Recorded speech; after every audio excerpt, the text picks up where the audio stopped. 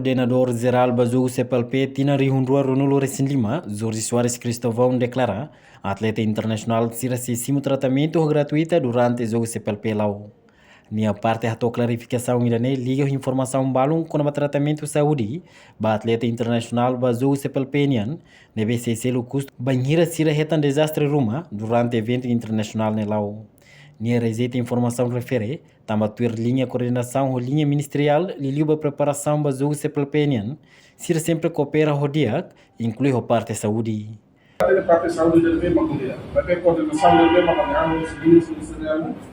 Ite atendimento de emergência também, mas agora não, o Hospital Nacional de Valadares, o executivo Regané, atendimento de emergência também, mas emergência não se pode ir a Hospital Nacional, comissões, que vão se trabalhar.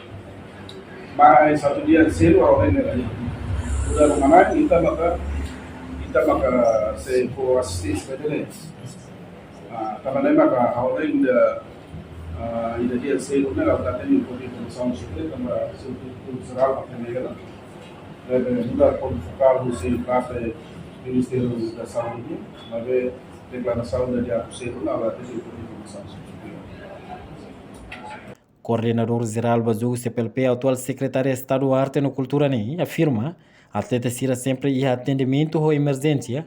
Lili o Hospital Nacional de Valadares, Hospital Lahane, banheira atleta será retan acidente ou desastre ruma durante o jogo lá. Reportagem no Vai Magno, Televisão Timor-Post. Janela informação ba emogoto. Atua tem informação atual dia kliu. Kita haluha. Haneham botão subscribe, like. Halo comentário no Fahia Tutang ba media sosial hotu.